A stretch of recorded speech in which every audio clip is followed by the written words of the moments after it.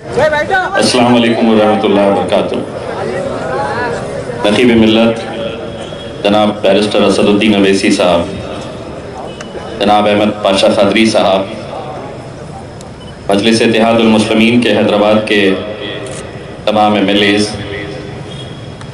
महाराष्ट्र से नौमुंतखब हमारे 2 MLAs जनाब मुफ्ती साहब, जनाब फ़ारूक शाह साहब, बिहार के जनाब खुदा साहब, अख्तरुल ईमान साहब, मेरा दोस्त वारिस पठान, तमाम बुज़ुर्गों, नौजवानों, साथियों, ना ये जीत होती ना ही जश्न मनाते हम, ज़रा भी हार से डरते तो हार जाते हम। खुदा का शुक्र है कि मौजों से 2-2 हाथ किए हमने, कांग्रेस की आस पे रहते तो डूब जाते हम। अल्हम्दुलिल्लाह 2014 का वो मंजर याद आता है। यही वो जगह दारुस्सलाम में जब मैं और वारिस पठान पहली बार चुनकर आए थे। आज दोबारा यहाँ पर जब हम आए हैं तो यकीनन खुशी इस बात की है कि महाराष्ट्र की असेंबली के अंदर जो 2 सीटें हमारी थी, अल्हम्दुलिल्लाह वो 2 सीटों के ऊपर हमारे 2 MLAs अब वहीं पर बैठेंगे इंशाअल्लाह। ख्वाहिश तो ये थी कि और भी ज़्यादा सीटें हम जीतें, लेकिन आप सभी लोग जानते हैं कि हमने पूरी मेहनत की, पूरी ताकत लगाई, बहुत कोशिशें की, लेकिन जैसा आप लोग जानते हैं, हम सभी लोग जानते हैं कि हम सिर्फ मेहनत कर सकते हैं। जीत और हार का फैसला जो भी है हम अपने रब पर छोड़ते हैं। आज औरंगाबाद शहर से गफ्फार क़ादरी साहब 80,000 वोट लेते हैं, नासिर सिद्दीकी साहब करीब 70,000 वोट लेते हैं, अरुण बोडे हमारा दलित भाई 40,000 वोट लेता है। और उसके बावजूद भी अगर हमें जीत नसीब नहीं होती है तो हमें एक बात का एहसास होता है कि हमें हराने के लिए पूरी ताकतें इकट्ठा हो गई थी। सारी की सारी राजनीतिक पार्टियां एक तरफ आ गई थी और हर एक की कोशिश यही थी कि मजलिस को कैसे हराया जाए। लेकिन इसके बावजूद भी अल्हम्दुलिल्लाह 2 सीटें हम जीत कर आए हैं। 2 से 3 हो जाते तो खुशी होती, लेकिन 2 आए हैं तो उम्मीद कुछ ज़्यादा जगी है, क्योंकि 20 साल पहले भारतीय जनता पार्टी के भी 2 ही आए थे। तो हो सकता है ये 2 का आंकड़ा 10 साल हमारे हो गए हैं, 10 बचे हैं। कोई भी बात नामुमकिन नहीं है। इसलिए नहीं है कि आज नकीब मिल्लत बैरिस्टर असदुद्दीन अवैसी साहब भले ही आपके हैदराबाद से ताल्लुक़ रखते हैं, लेकिन हम असद साहब को ये कहते हैं कि हैदराबाद से ज़्यादा आपके चाहने वाले आपको महाराष्ट्र के अंदर नज़र आते हैं।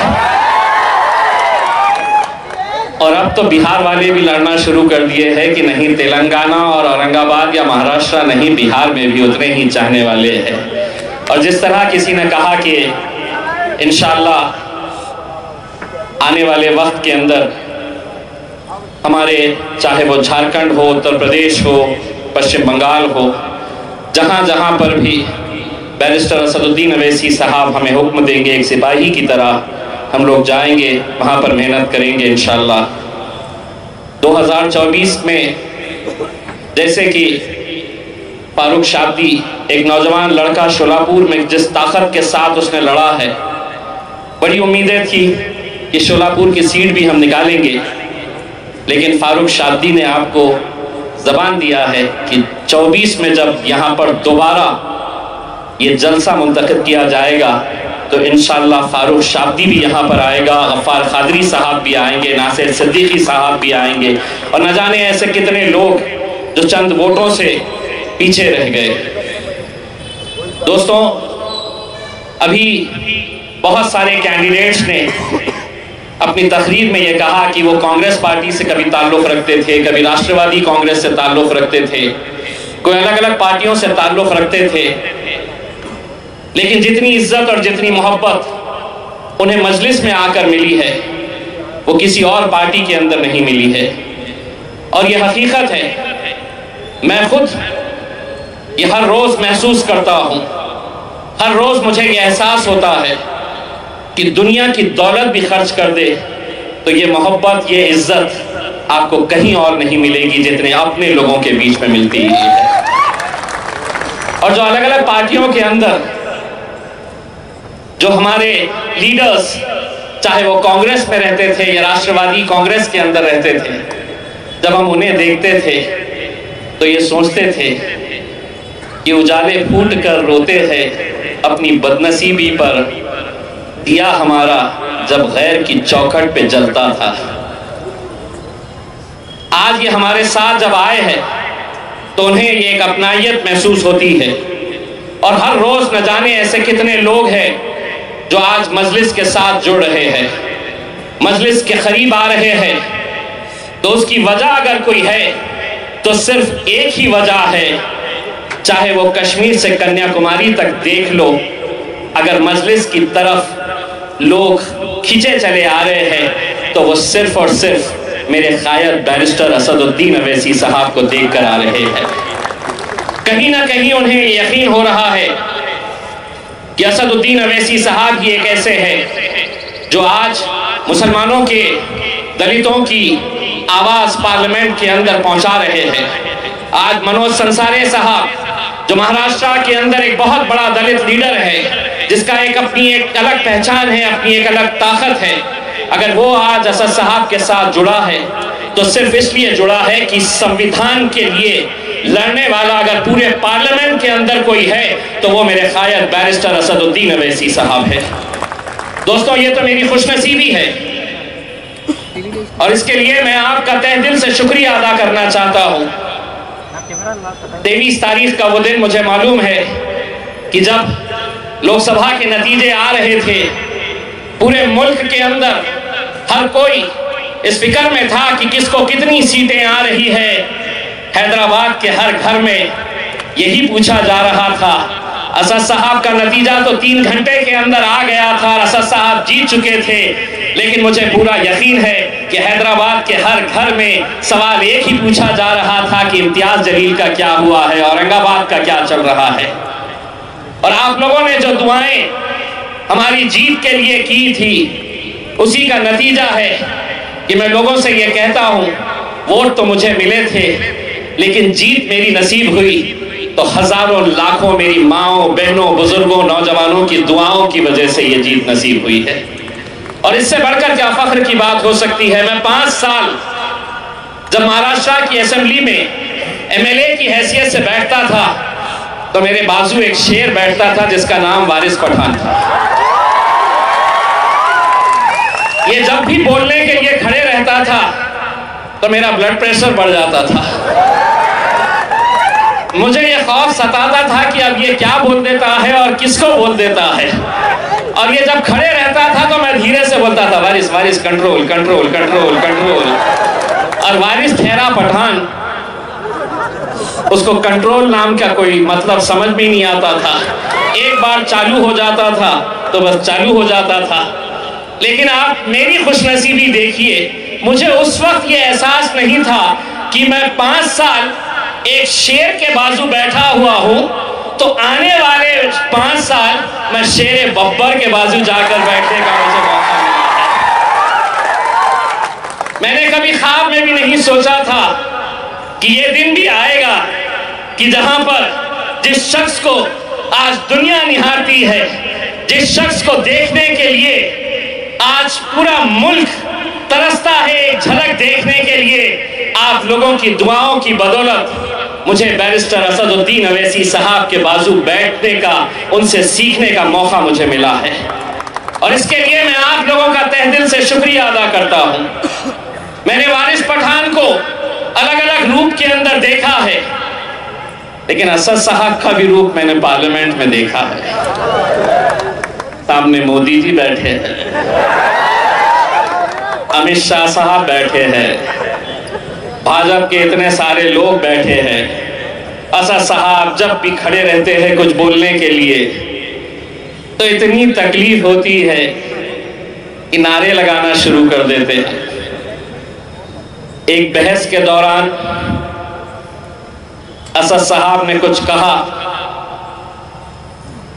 तो अमित शाह साहब खड़े रहे और उन्होंने इस इशारे के अंदर कहा कि, और जब उन्होंने उंगली असद साहब की तरफ दिखाई तो मैंने बब्बर शेर को देखा। वो खड़े रहे और चीख कर कहा, उंगली नीचे करो, उंगली नीचे। पूरा सदन खामोश, सन्नाटा, खामोश। अमित शाह साहब भी खामोश। और वो मंजर देखकर मेरा फिर ब्लड प्रेशर बढ़ गया। मैंने धीरे से असद साहब की शेरवानी पकड़ लिया। मैं ये सोच रहा था ये सिर्फ अभी इतना जोश दिखाए, उंगली नीचे करो। मैंने कहा अगर ये जरा सी शेरवानी ऊपर करके बाहर चले गए तो क्या होगा। तो मैंने कहा, मुझे आदत थी वारिस वारिस बोलने की, तो मैं असद साहब की शेरवानी पकड़कर, असद भाई, असद भाई, असद भाई, असद भाई। लेकिन असद भाई भी कहाँ मानने वाले थे। आखिर अमित शाह को नीचे बिठाए, उसको उंगली वापस लेना पड़ा अपनी। तो मुझे एक बात का एहसास हुआ, गुंगे मुक्के बहरे 50 भेजने से कोई फायदा नहीं होता है। शेर के बच्चों को भेजो अंदर, चाहे वो 2 ही क्यों ना हो। और आज अल्हम्दुलिल्लाह महाराष्ट्र की विधानसभा के अंदर हमारे मुफ्ती साहब फारूक शाह साहब भी जाने वाले हैं। आपसे भी पूछा जाएगा 2 ही तो है, कहना जंगलों में किसकी गिनती होती है। शेर कितने हैं इसके हिसाब लगाए जाते हैं, जानवरों की, बाकी जानवरों की गिनती नहीं होती है। मेरे भाइयों, मैं सिर्फ महाराष्ट्र के सदर की हैसियत से मैं आपको एक बात बताना चाहता हूं कि आज हमारा इत्तेहाद चीख चीख कर ये कह रहा है कि अगर हम इस वक्त भी अगर मुत्तहिद नहीं होंगे तो फिर कब होंगे। हमने महाराष्ट्र के अंदर, मैंने खुद ने ये महसूस किया है कि अगर हमारी क़यादत नहीं खड़ी हो पा रही है तो कोई गैर इसके लिए जिम्मेदार नहीं है। कई ऐसे हमारे ही अंदर ऐसे कुछ लोग हैं जिनकी वजह से आज हमारी क़यादत खड़ी नहीं हो पा रही है। आज ये वक्त की ज़रूरत हो गया है कि हम लोगों को अपनी सियासी ताकत बनाना ही पड़ेगा, क्योंकि मुल्क जिस राह पे जा रहा है, जिस तरफ इस मुल्क को ले जाया जा रहा है, अगर वो देखकर, वो समझकर, वो महसूस करके भी अगर हम अपनी सियासी ताकत नहीं खड़े कर पा रहे हैं तो कहीं ना कहीं हम अपनी कौम के साथ धोखा दे रहे हैं। बहुत सारे लोग, मैं जब लोकसभा के अंदर खड़ा था 28 दिन पहले असद साहब ने हुक्म दिया कि औरंगाबाद से हम लड़ेंगे इलेक्शन, और मुझे ये मौका दिया गया कि औरंगाबाद से मैं लड़ूंगा। तो बहुत सारे लोग इल्जाम लगाना शुरू कर दिए। जो आदत है, जो फितरत है, ये जो खड़ा है ना, ये वोट काटने के लिए खड़ा है, ये जीतने के लिए थोड़ी खड़ा है। देखिए अब ये मजलिस खड़ी हो गई, अब ये वोट काटेंगे और शिवसेना जीत कर आएगी। 20 सालों से शिवसेना जीत कर आ रही थी, 20 सालों से अलग अलग लोग हिसाब बताते थे कि सीट आ सकती है, नहीं आ सकती है। क्यों नहीं आ सकती है? तो मराठा इतने हैं, दलित इतने हैं, ब्राह्मण इतने हैं, मुसलमान इतने हैं, सीट आ सकती है क्या? नहीं आ सकती है। यही जहनों के अंदर बात डाल दी गई थी कि नहीं आ सकती है। मैं अपने लोगों से यही कहता था कि इनको जवाब देने की जरूरत नहीं है, वोटिंग के दिन जवाब देंगे। और जब नतीजे आए,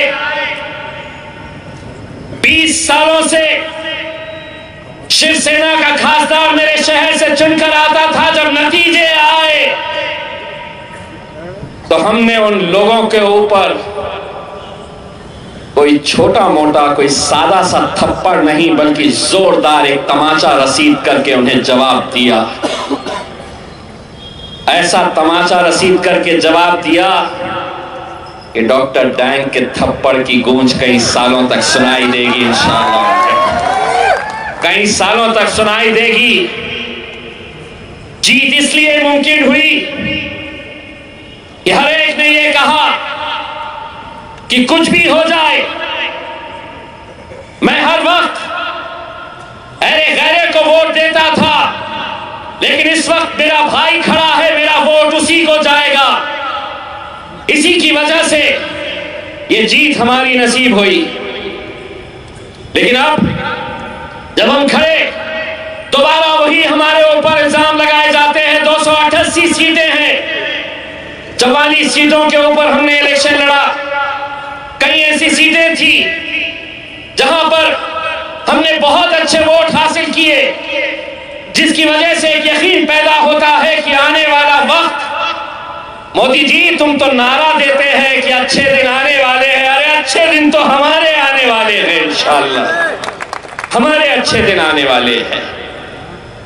लेकिन इसके लिए बहुत ही सूझबूझ के साथ हमें आगे बढ़ने की जरूरत है।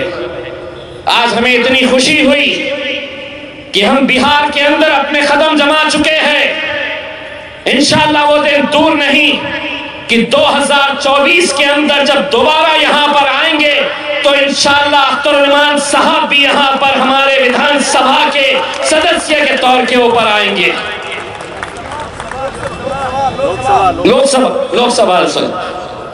लोकसभा में इंशाअल्लाह लोकसभा में आएंगे। बस मेरे भाइयों, मैं सिर्फ आप लोगों से ये कहना चाहता हूं कि हम लोगों को आज मुत्तहिद होने की जरूरत है। बहुत तरह के इल्जाम लगाए जाते हैं, हमारी ये ख्वाहिश है, मैं यहां पर आप सब की तरफ से महाराष्ट्र, बिहार, तेलंगाना, आंध्रा जितने भी जिम्मेदार बैठे हुए हैं, हमारी ये ख्वाहिश है कि इस दारुस्सलाम के अंदर अभी असद साहब को जहां जहां पर भी महाराष्ट्र के अंदर जलसे करने के लिए जाना पड़ता था, हमने हेलीकॉप्टर का इंतजाम किया था। हमारे भिवंडी के भाई ने इल्तिजा किए कि एक सभा, गुड्डू भाई मुझे मालूम है आप कितनी मर्तबा फोन करते थे कि एक सभा और दे दीजिएगा, लेकिन हम नहीं दे पाए क्योंकि वक्त नहीं था। हमारी ख्वाहिश थी कि हम आपके पास भी पहुंचे, इसीलिए ये हमारी आपकी सबकी जिम्मेदारी है कि इस दारुस्सलाम के अंदर इंशाअल्लाह असदुद्दीन अवैसी साहब का खुद का अपना हेलीकॉप्टर यहां पर खड़े रहना चाहिए, ताकि हम हर जगह पहुंच सके। और ये आपकी हमारी सबकी जिम्मेदारी है। हमने कई जगह के ऊपर यह कहा था कि हमें सिर्फ वोट नहीं, अब नोट की भी जरूरत है। कई हमारे दलित कैंडिडेट्स थे जो जीते नहीं, सिर्फ पैसों की वजह से। हम खुद गए थे वहां पर और लोगों से यह कहा था कि इस कैंडिडेट को वोट के साथ तुम्हें नोट भी देना पड़ेगा, क्योंकि आज अगर हमें अपनी क़यादत खड़ी करनी है, आज हमें झारखंड में, पश्चिम बंगाल में, बिहार के अंदर अगर जाना है, हम चाहेंगे अख्तर भाई ये जिम्मेदारी आप संभालिए, हम पूरे महाराष्ट्र से जमा करेंगे और इंशाअल्लाह वो दिन लेकर आएंगे कि यहाँ पर इस दारुस्सलाम के अंदर हमारा खुद का अपना हेलीकॉप्टर होगा, ताकि हम पूरे हिंदुस्तान में असद साहब को दौड़ा सके हैं। दोस्तों, मैंने देखा है महाराष्ट्र के इलेक्शन के दौरान 400-400 किलोमीटर का हर रोज, 500-500 किलोमीटर का हर रोज सफर असद साहब गाड़ी से करते। इतनी खराब सड़कें, लेकिन क्यों करते? वो इसलिए कि हमारी क़यादत वहां पर खड़ी हो सके। हमें जितने चाहिए था उतने नहीं है, नतीजे जैसे चाहिए था हमें नहीं मिले हैं। लेकिन असद साहब, हम आपको वादा करते हैं कि इंशाअल्लाह आने वाले वक्त में हम पूरी मेहनत करेंगे और लोगों को भी एहसास होगा।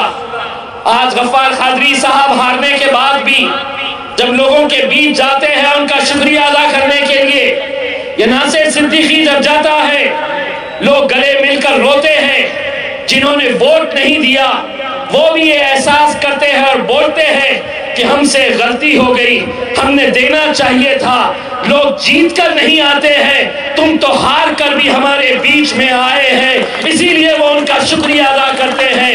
आज उन्हें एहसास होता है, इंशाल्लाह ये एहसास पूरे मुल्क में होगा और वो दिन दूर नहीं होगा जब लोकसभा के अंदर भी हमारे एमपीज इंशाल्लाह ज्यादा तादाद में बैठेंगे और विधानसभाओं के अंदर भी हर जगह पर इंशाअल्लाह मजलिस इत्तेहादुल मुस्लिमीन के नुमाइंदे वहां पर भी पहुंचेंगे। बहुत बहुत शुक्रिया। वाखिर दावाना अल्हम्दुलिल्लाह।